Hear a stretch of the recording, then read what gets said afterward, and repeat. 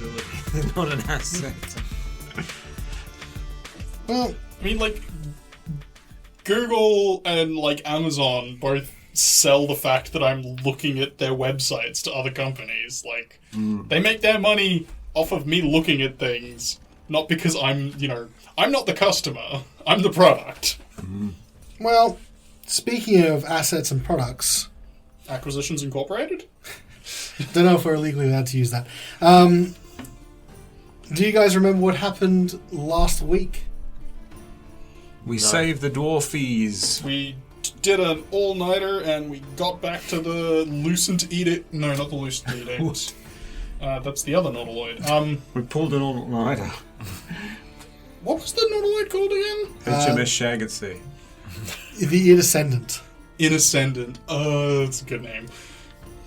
And it flew off back to a different plane of existence. By Warren. And they gave us a bunch of stuff. They did. Yeah. So they parted with a couple of items for you, which I think in the week in between, you guys had discussion about who goes what? Yeah. Yeah. We did. So who I got goes two what? guns now. You got two at the hip. I feel like one is more of a backup at this point. Okay, so the second pistol has gone to Wodun. The Eye of Minute Seeing has gone to Horacio, so that he can see little things and investigate better and perform surgeries better, because that's what he does. Okay. And the Helm of Detect Thoughts. We'll be going to Svieta so she can talk as a cat. Among other things, but that's the most important one. Telepathically communicate while you are an animal. Speak with your friends with a slug on your head. I'd buy one. It's crazy how much utility that has for an uncommon item, to be honest. It's uncommon how useful it is. The fact that they call it like a slug hat just gives me Bloodborne vibes. Slug Okay. hat. Wear this astral slug on top of your head to see into other people's minds. Can I not? Sounds like a mushroom or some dropping some acid. You also do have a amulet as well that you didn't really get a chance to identify. Half the party took a shot at it. I don't know if you want to try. You're now here in this open field in the snow at night. It's quite late. As we're in character discussing the boring practice of who gets what item, In the middle of a field. Yeah, we can toss Pitch the black. amulet to probably Wodun as the next best chance of getting the Arcana. God, no. Do you want to set up camp and we can sort of do everything? We'll So head there's back. somewhere safer. We'll head back to those trees. You remember when we got attacked by a bullet? Yes. We'll cut open and sleep inside the bullet. You make a makeshift lean-to shelter out of the bullet. Its Yep. corpse. Bullet 2.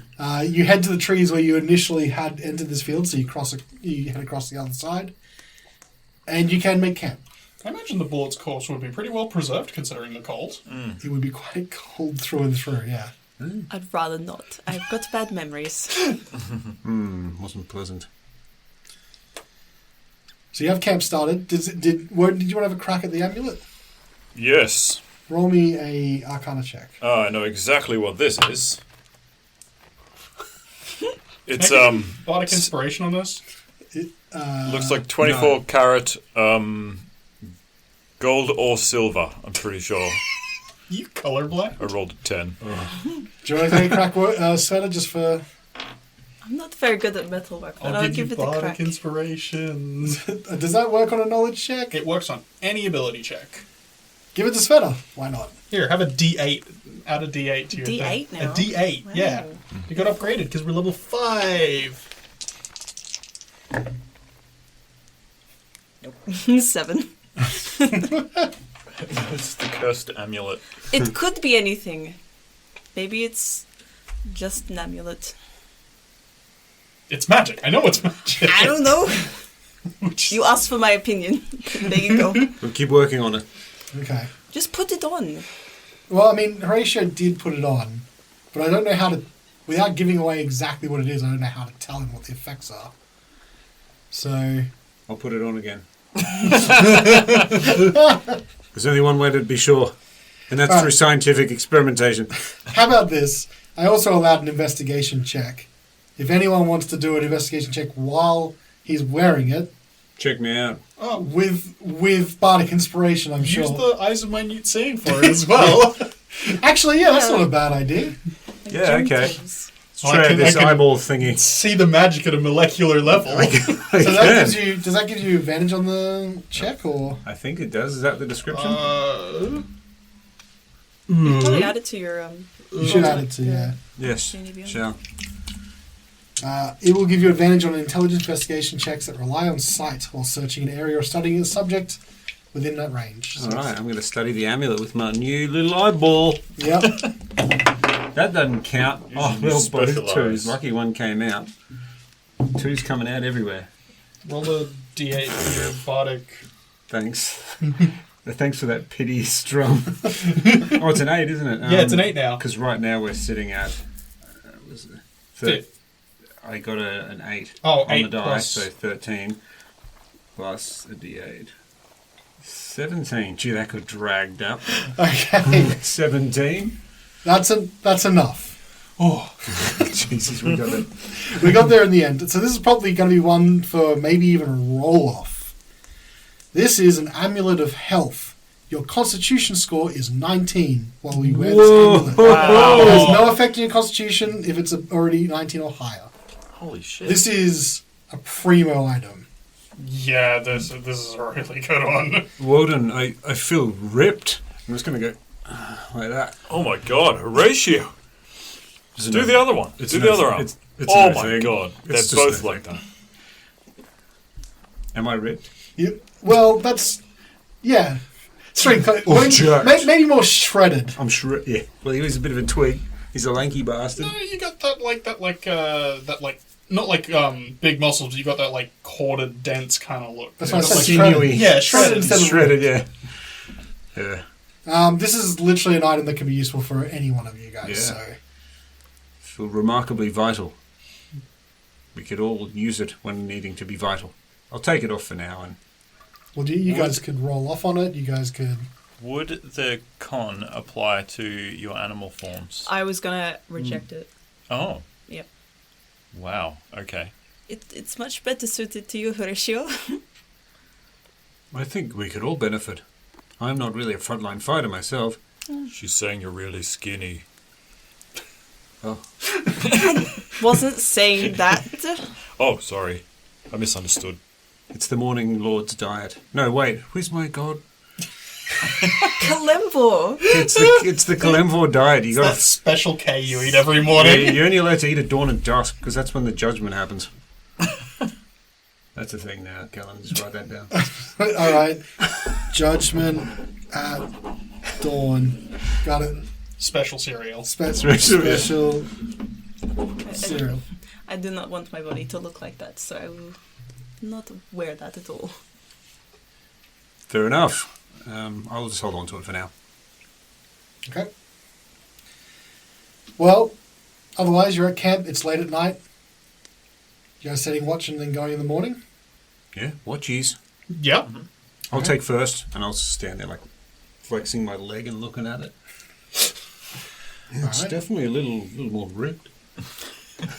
So remember to it increases your HP, increases your con, which increases your HP and your Constitution saving throw, and Yeah, it does a lot. yeah. Sets it to 19. So you go from whatever you are now to a +4. 0 to hero. Ripped. Okay, so first watch goes to Horatio. So ripped. I roll my perception with disadvantage due to observing the ripped calves. Well, fortunately, nothing more than snow foxes and hares seem to pass you in the night. You don't get accosted. You just see a little hare walk past, and I call out to him, "Hey, come see how ripped my calves are. Look at this. You see that?" The rabbit's thinking, "Are you the one that killed my uncle in the forest? Yeah, I And kicked my him to auntie? death with this fucking calf. He had a burn hole in his head." Yeah, some kid. I don't know. Who's next up on? Well, here's every animal in I'll this go adventure so judgmental.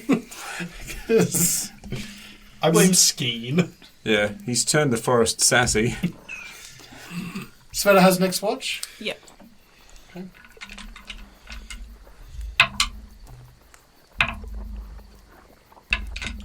Roll a perception check.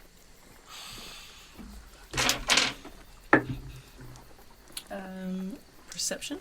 Yeah. 26. Ooh, Jesus.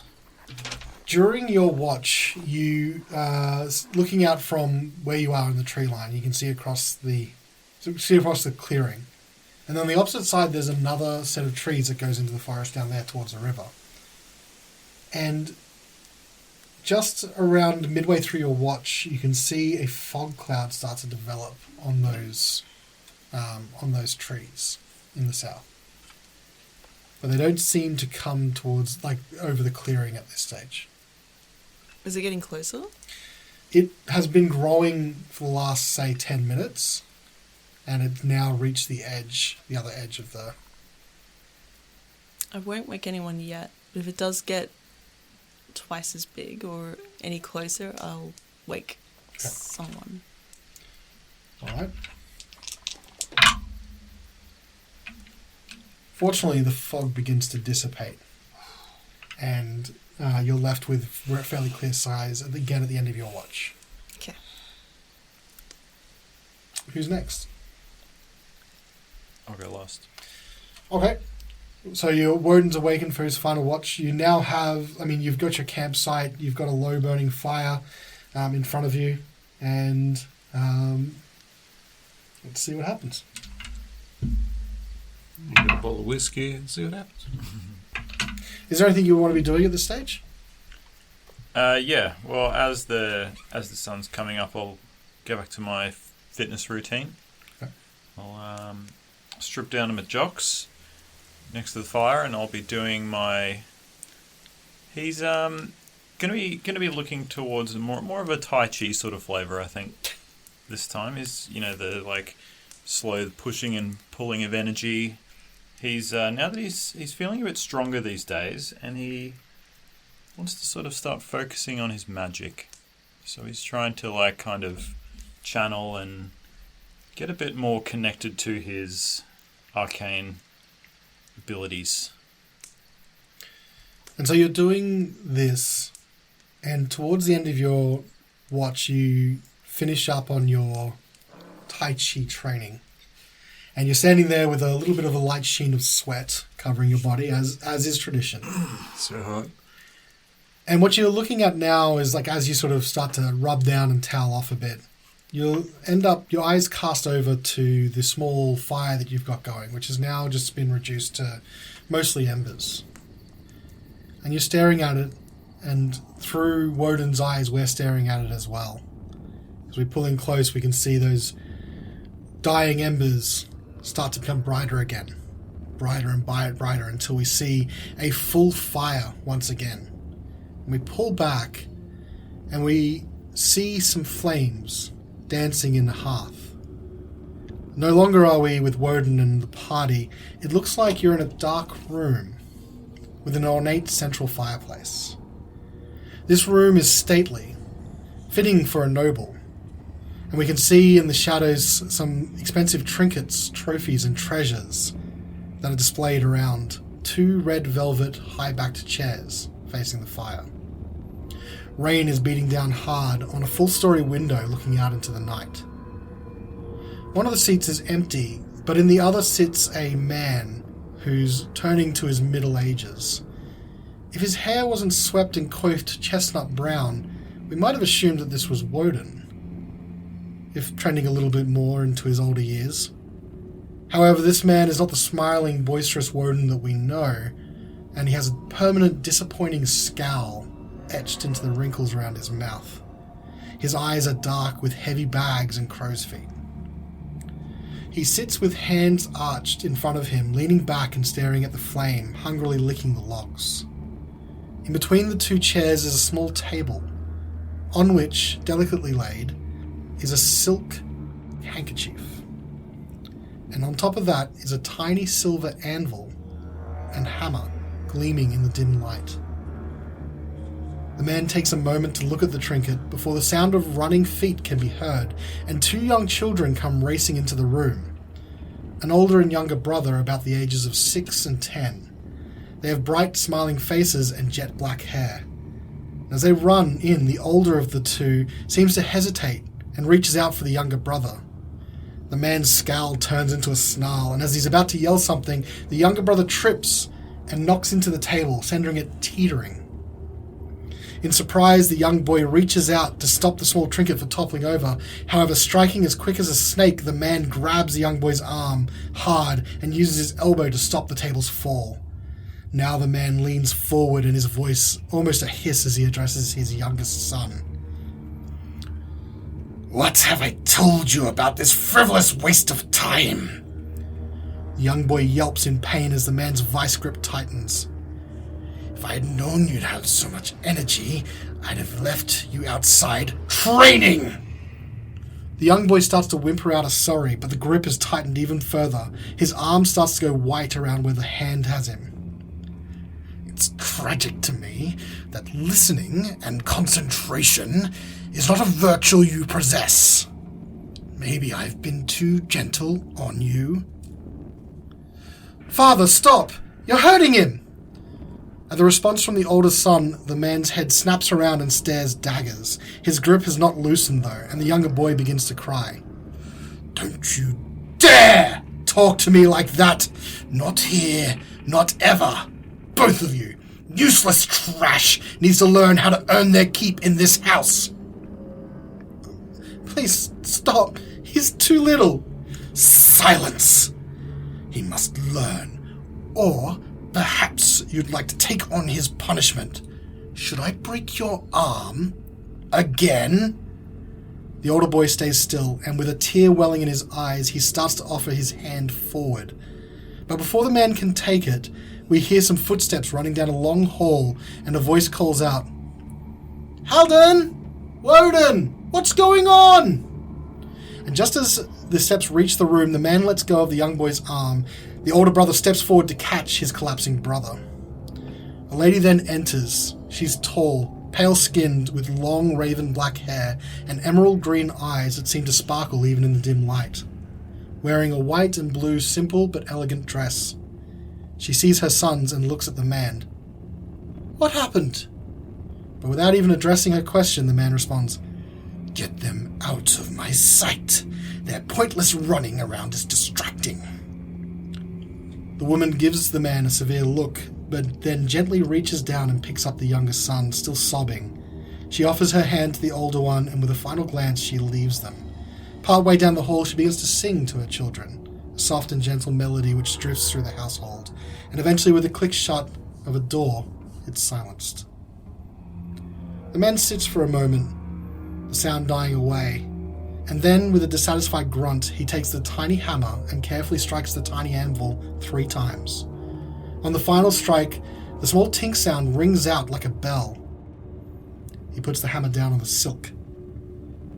After a moment, a figure materializes behind the man's chair, a tall, broad humanoid wearing only a belt and brown pants.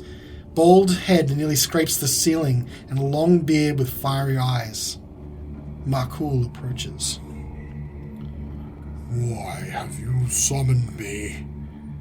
Is it perhaps time? Are you ready to take the pledge? To commit your soul?" The man doesn't answer his question. "I thought it would work. I tried. The celestial bloodline is mine by right. Should have produced warriors. Real champions." "Then you are not here to fulfill your oath," the man continues. "They turned out useless. The older one's defiant to my command, and has a weakness when he concerns himself with others. Can't rid him of it. The younger one is simply useless and stupid." "Then your body and soul are forfeit to me." The man turns, showing for the first time fear in his eyes. No. This cannot be the end. There must be another way. I think I know a better way." MacLeod moves forward and lays his enormous hand across the man's shoulders. The man winces as the dirt and soot cascade from his body into his fine clothes and furniture. He holds his tongue should the figure decide to crush him. "I've been researching came across something interesting. What do you know of Avernus? Markle is silent. They say on the first level of the 9 hells rules a powerful demon. I haven't been able to find out, but apparently they weren't always a demon, but once a creature of some celestial origin. Don't know how, but on a crusade to Avernus, they were corrupted. Its power exploded to the point where it took over the first layer. Markle cocks his head to one side as the man finishes. I think corrupting divine blood is the key, and through it we can make something far more powerful than it originally was. I want to uphold my oath, and with your strength we shall try it. He pauses. We'll use the younger one first. He is the weakest. If he survives, he'll be a template for the older. If he dies, it's of no consequence. Bring me the children on the summer solstice. We will begin. After a moment, Markle fades away into smoke and shadow, leaving only the man remaining. Yes, celestial corruption. That will be the key. As he stares back at the fireplace, we can see the flame raging as we return to camp. Okay, so Andromeda brothers, that's canon. And our dad's a piece of shit. Got it. That was a lot. It's morning. There's no need for a fourth watch, so Wodun wakes the rest of you. What would you like to do? Could we get the map of the Dale up? I think it's already still... Not for me. Maybe I need to refresh. no, because I moved it to Chardalyn. Sorry, excuse me. Okay. So, I think that since we are so close to it, our most pressing concern might be the Duragar at Sunblight Fortress. Yes, it's not far from here, right? Do we know roughly where it is? Yeah, we sent the Chewinga over there. That's right. Well, you also have a map that points out exactly where it is as well. Duragar, I think, pointed it out. I think we found the Duragar's map, didn't we? In East Haven, you found it on the ferry. So you do know that if you head around the mountain here and continue heading east, in one of these mountains you should find the fortress. But you don't exactly know what you're looking for, just the general location. Does the map show a route through the mountains, or do we have to go sort of all the way around? If you look at the map that you have, you think that there could be a way through from here. You don't think you'd have to return necessarily to a main trail. There's sort of two ways. You can either keep going around this particular mountain, or you can head back towards Duggan's Hole and sort of circumnavigate the mountains in the north and then come back in. That seems a bit of a long way. I think going south and then down around the current mountain and then going up northeast is probably the best route.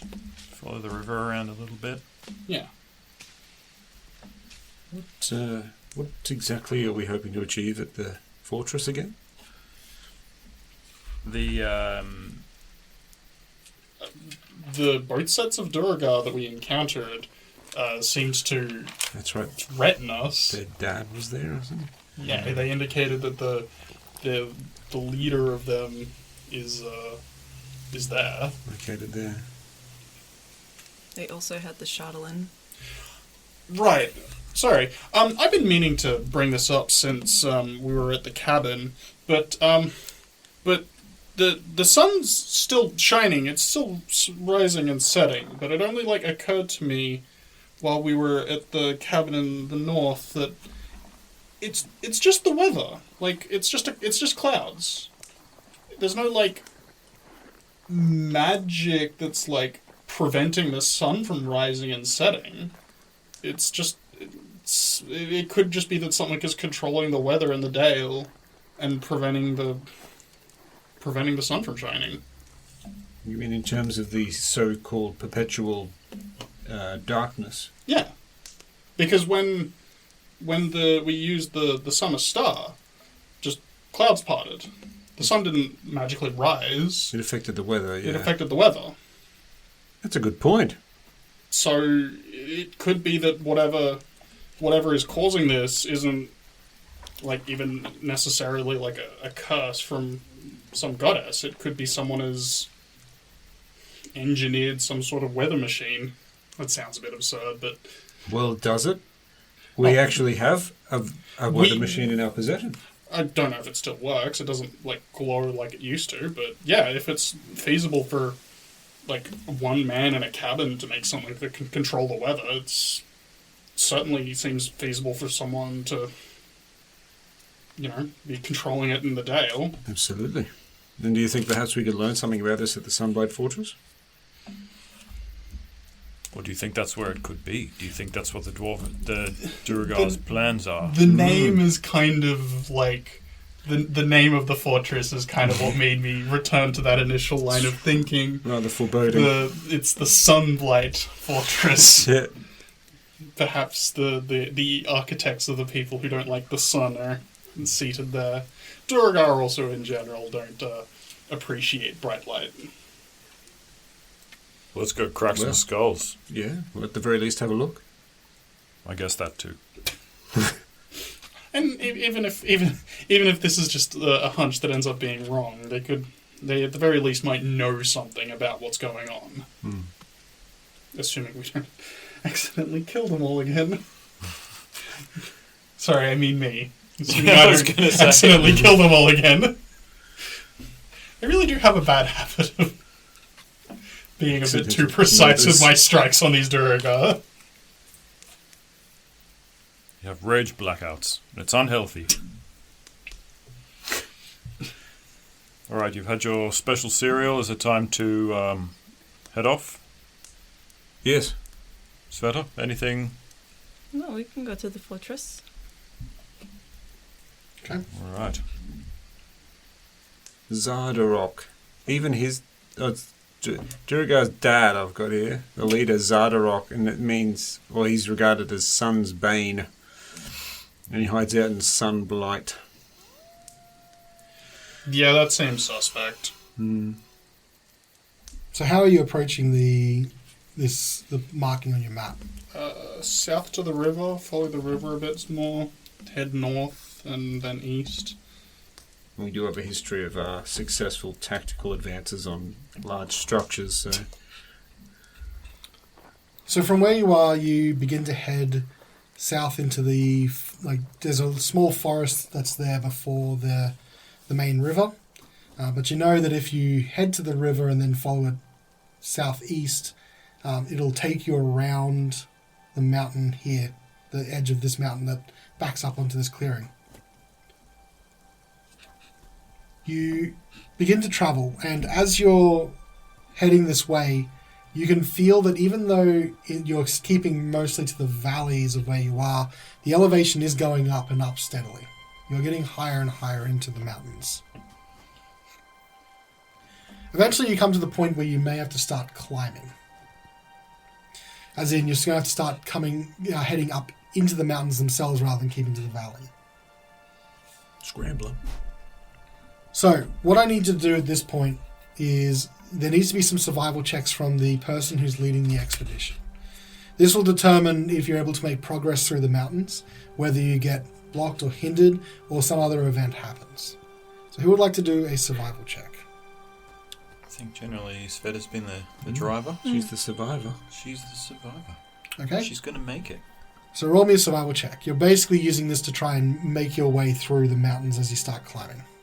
Alright, I will shift to give myself advantage. Okay. 18. 18. Not bad, Okay. not bad. So that's for this hour. You are able to make your way further into the mountains towards the part marked on your map. Can I get another survival check, please? How long's it been? An hour? It's an hour, yeah. Would you say a short rest? It's been 58 minutes, I think. It's up to you whether you want to take... You can rest in between hours, like you don't... Oh no, I'm only asking because I get my shifting back on a short Yeah. rest. But if it hasn't been a short rest... Hasn't been a short rest, you've been Okay. constantly going. Alright, that's okay. Let's try that again. 19.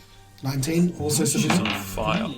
I do need one more survival check, so this will represent 3 hours of tough work. Can I ask as well, is the sled able to come with us on this terrain, or...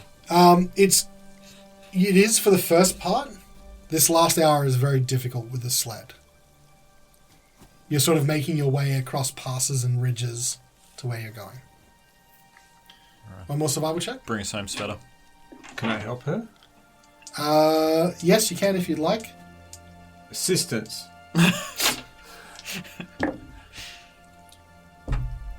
18. 18, also sufficient. Good rolls. Beyond the snowy foothills, low-lying clouds obscure the icy peaks of the gargantuan mountains that form the spine of the world. Eventually, you get above the clouds and below a sheer mountain wall, rising more than 100 feet before you. Carved high on the wall are rows of arrow slits, with lights burning behind them and clanking sounds issuing from them. A narrow staircase is hewn into the rock that leads up along the side of the wall. It's massive. A staircase. Yes. The steps leading up are barely 5 feet wide. I think this is where we're going to have to leave the sled. What should we do with the dogs? Any trees or structure nearby? Can we tuck the cart under a tree or some bushes or something so they don't see it from the arrow slits? Sveta's checks were very good, so I will let you know that nearby there is a cave. That probably was once a bear cave. But it doesn't seem to have been used in a while. Okay. Put them in there. Yep, reverse in. Okay? Yep. Parallel park. Do the beeps. I was hoping Andrew would do beeps. Okay. So I'm disappointed. not going to give it up that easily. Not my beeps. So you take some time. Are you going to take any of the Dogcliff and Otto with you? It is a staircase. Animals do hate stairs. I'm just stating it's a... Well, yeah, I guess, is this going to be a stealth mission? Or are we going in, should we strip off our scale mail down to our bare chests? Well, I don't know if we're going to be able to sneak in, to be honest. It seems pretty hard to get in. I think they've got the entrance pretty much covered. It seems pretty inhospitable and, surrounded by cliffs. So I don't think it's a kind of place we might be able to sneak in easily. What if we had some invisible people? Could get one invisible person in there. I can make 2 invisible people at the moment, actually. At the top of the stairs, is it like a doorway or an entrance of some description? It looks like it heads up to a shelf high above you. My thinking would be that. Oh wait, no. It's always cloudy. They're always gonna be able to see us fine. It's always cloudy in Philadelphia. I don't mean to brag, but I can also make 2 people invisible. Whoa. Well. We should definitely consider doing that. Yes. And approaching all invisible. Yeah. Because that lasts for an hour. That could get us very close. Yeah. Well, at least have a look. Yeah. Let's go invisible then, shall we? All right. Have a look around. So you wanting to... Because this is about 150 feet up as a staircase is, Yep. roughly. So... We would have to leave Otto and Dogcliff behind. Yeah, I think that's probably safer for them anyway. They've nearly died a few times now. Make sure to leave some food out for all the dogs as well.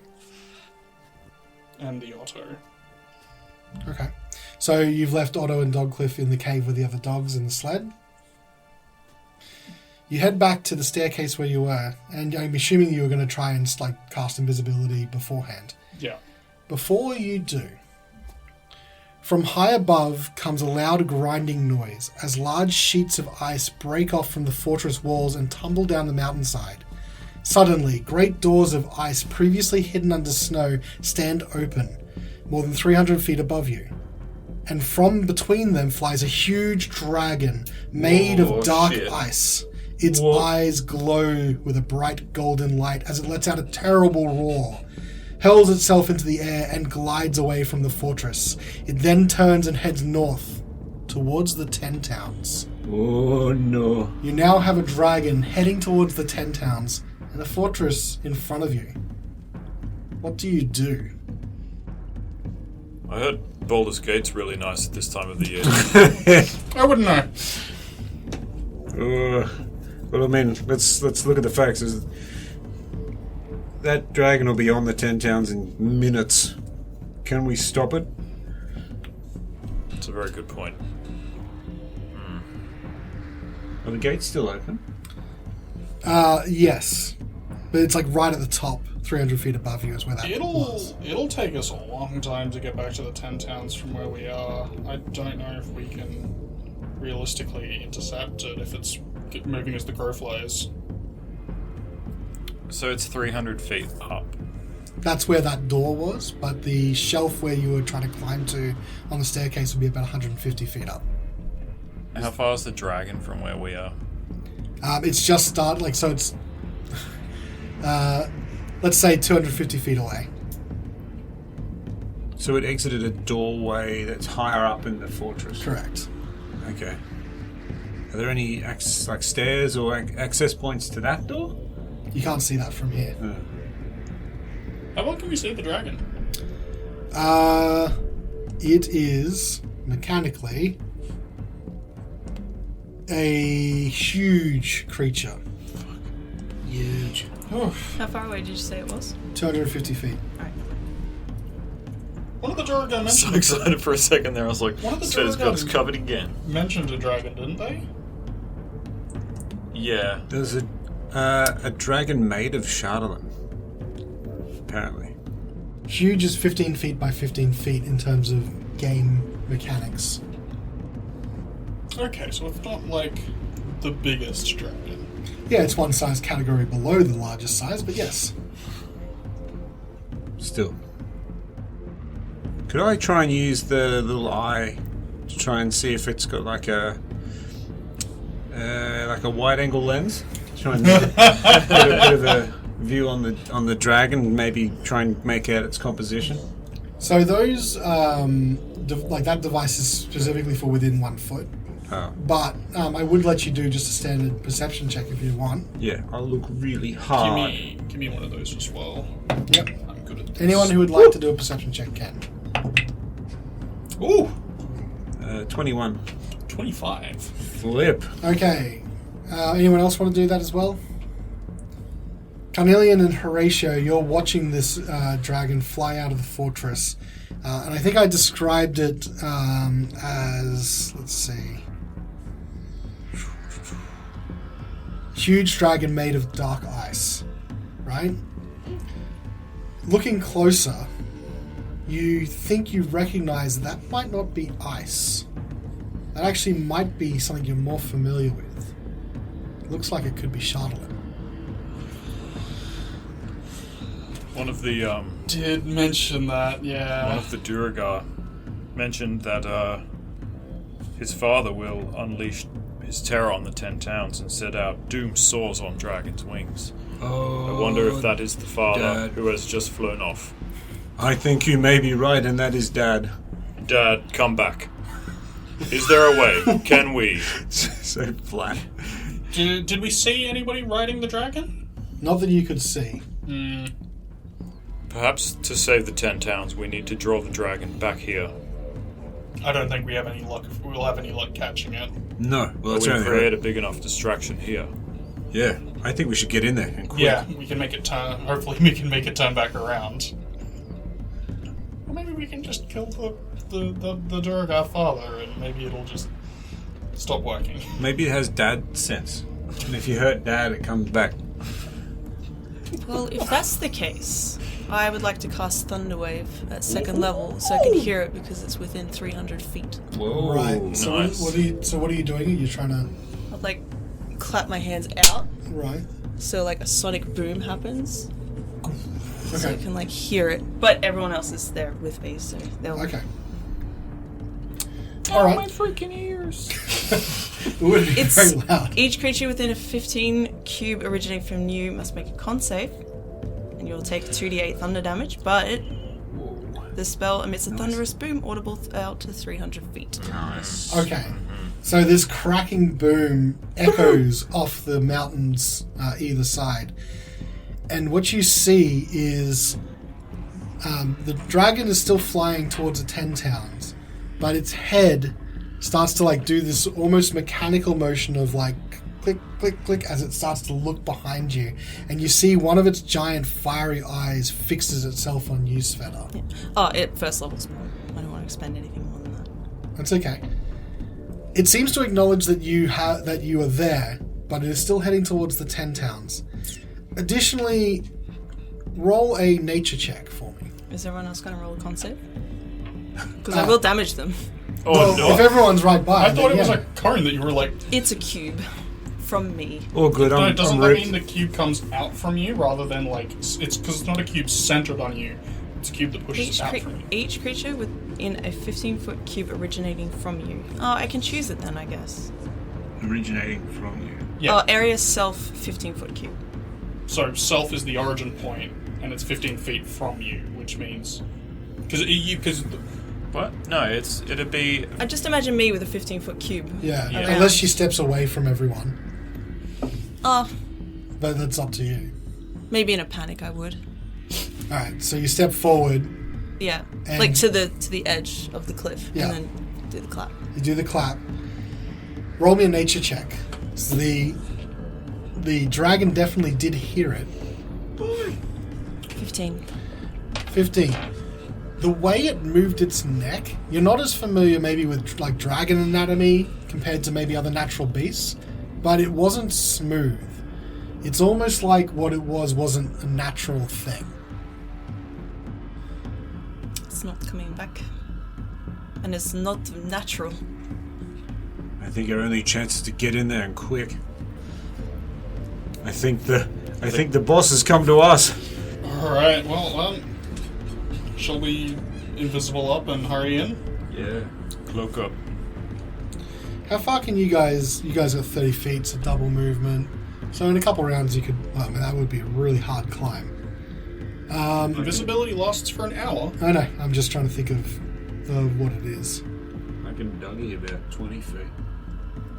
Actually, is there any point in going invisible now? Could be others behind. And he said in the description of the fortress that there was clanking behind some of the windows. So I reckon it's pretty heavily occupied. Alright. I reckon getting past the arrow slits will save us a lot of pain later. At least getting in there to see if there's no one. And I'm glad you had something that would like try and. It was During wasted. the- It was wasted. Like there was no point in doing it. No, I would have. Yeah, I was Get its trying attention. to find something that could do it, but I didn't really have anything. But like it saw it and didn't come back, so I don't think. yeah, I don't think there's any way by the book that we were able to stop it. It seems. Told the dude's only 60 foot. Could have done a long range dog. Well, we'll get it ready for next time. Creation. Okay. So are you all going to turn invisible and then head up the stairs? Yeah. Right. You race up the stairs, and it levels out onto a flat shelf that then leads to what you can see. What looks like a door in front of you. Moving east from the top of the stairs leads you to the entrance of the fortress. A 10-foot high double door of featureless stone, an arrow slit facing in your direction, guards the approach. What I will do is also move us some mapitude. Maximum mappage. Let me just copy your tokens from the old one. So you can see the double doors that are in front of you. You are invisible at the top of the shelf. Can you see the map? Yep. Yeah. Yeah. Okay, and what I will tell you, because that you are invisible, I'm assuming you're going to approach. Yes. Yeah. If you approach that arrow slit in front of you, whoever does, can they make a stealth check for me with advantage? That's Carnelian, is it? Yep. Yep. Thanks for advantage. That's a 21. First roll was a 2. Second roll is a 17. Okay. So you approach the arrow slit, and if you peek in, you can probably see it on the map already. Yeah. But there appears to be a Duragar that's just sitting there. He's staring off out into the arrow slit, looking right at you, if you are visible. But otherwise, he doesn't seem to notice you. Do we get the impression that from where his arrow slit is, would he be able to see the door to, like the entryway to the thing? Like if it was to be quietly opened? It looks like he has a pretty commanding view of this entire top shelf, if that makes sense. Okay. If we have a quick look around, are there any ways in, or is it literally just this door? You only see this door at this stage, but you haven't really gone to investigate it either. Okay, well, let's give it a quick investigation, because touching doors doesn't break invisibility in 5th edition. Yeah. Okay. Yeah, let's have a little look at me. Look. Oh, and we can use those eyes of minute seeing. Yeah, we can shove them right into the keyhole. Is this guy within, like, grabbing range inside this slit, or is it a bit higher up? Arrow slits are really kind of difficult. They're fairly narrow. I don't know if you'd be able to make a grab through an arrow slit. Probably not, because Because I don't these think big you'd fit mitts your... in. All right, I'm going to shove the eye of minute seeing in the keyhole. Okay. Here I go. I can't read that. 21. Yeah. Okay, so what you see taking a close inspection of the door, it's mostly featureless. You don't see any kind of keyholes or anything like that, and if you do a cursory touch of it, it seems like it might be somehow barred from the inside. We'll have to do a quick scan of the area, the perimeter. What you also feel when you're taking a look at the sort of hinges and things like that, you sort of give it a couple of other cursory knocks. It doesn't look like it's just a straight up bar in front of a door. There's some like mechanism behind it, of some description. Like you just sort of get the jangly sort of feel of maybe chains or something similar. Okay. Yep, I relay that quietly. Look, I'm not much of an infiltrator. How about higher up? Is there, like, somewhere we could climb up from this position? You could try and make your way up, but it would be a very treacherous climb going up from here. Okay. Alright. Okay. Alright. Okay. What if... Alright. Okay. Okay. Yeah. What if I misty stepped through the peephole and went around and tried to open it from inside? I like it. So Would it break your invisibility? Oh, yeah, it would. Shit. would it? Casting a spell drops invisibility. I thought it was only if it was an attacking spell. Nah, it's any spell cast or attack. There you go. Bummer. If I peer through the arrow slit, can I see if there's anyone behind him? Like, could I go far enough behind him that maybe if I was quiet enough he wouldn't notice that I appeared there? So if you head up, do me another stealth check as well. You'd have to remember that the other person that you've cast invisibility on would become visible as well, so they would have to hide. True. Yeah, okay. But it might still be our only real option at this stage. Okay, roll me a stealth check. Do I? I'll just roll it flat, because I have scale mail on. Oh, do you? But he's invis. Yeah, roll it flat. Michael I flat. still don't think it's... Oh, no. So it's going to be weapons free anyway. No. That's a 3. 3. Okay. You approach the arrow slit, and the Duragar that's on the other side pricks up its ears and looks around, and then vanishes. Yeah. He's not the only. We aren't the only ones who can do that little trick. To be fair, we should remember that they can do that. They've done it a lot to us. Yeah. What you do see peering into the slit, though, is just on the wall, on the same, like, you can just, at the most oblique angle you can get through the slit, what you can see is a small iron lever on the inside of this room. Come on, did I take it? How far away is that? Yeah. It's just on the inside of the arrow slit. Like, just, it's right on the peripheral vision. No, but how far away from the arrow slit is it? Like 5 feet. So, if, like, Carnelian were to, like, have a mage hand... If you can see it, yeah. Conceivably. If you can see it, you can yank it. That's my philosophy in life. Okay, so Wodun's at the arrow slit. Are you going to tell... What are you going to do? I'm gonna. I guess I'll go back rather than calling out from where I am, but I'll head back towards the other guys and sort of whisper that the mechanism's just inside the slit. Would that release your invisibility? Would you have to recast it again quickly? I think once this guy has gone invisible, and we open this door, I think it's on. Yeah, if he's gone invisible, he's Yes. already, like... They'd find us eventually. But, so, as long as we keep 2 people invisible, who would you have cast the spell on just before I do this?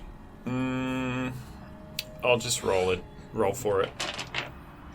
I'm number 1, so you guys are the rest. Oh wait, 2, 3, 4. Well, it wouldn't have been He on me. doesn't need it. So it would just... Be Svieta or me? That's better. Okay. Alright. So, it'd be Horacio who loses their invisibility. So I'd recommend Horacio move, like, with me. See if you move with me so that you're out of line of sight of the door when it opens. I'm with you, yep. Remaining stealthily with you, yep. Okay. I'll move us up. Dunker. And I'll go here. Yeah. I'll sort So of. if we're over there, it must be there somewhere. Just pulling up, like, beside me so you're not, like, Oh, yeah. visible when the door opens. Yeah. And yeah, Carnelian will cast Mage Hand, reach the Mage Hand inside the thing, and pull the lever. The lever pulls down, and you hear the clinking and groaning of chains and mechanisms start to emanate from the door in the room that you were just looking into. Eventually, the double doors in front of you swing open, and beyond the portcullis is an empty room with a narrow opening at the far end and an arrow slit in the western wall. You guys have made your first foray into Sunblight Fortress. Ooh. Unfortunately for you guys, we'll have to find out how that goes next week on Reflex Save. We'll get him next time.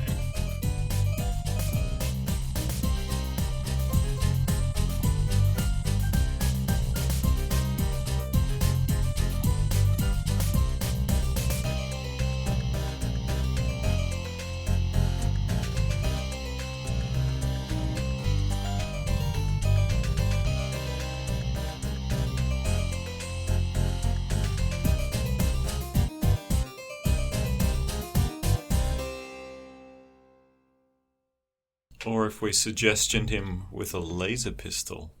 Point the laser pistol at the door. Open the door. What are you pointing at me? Oh, right. You don't know what this is. Homemaker.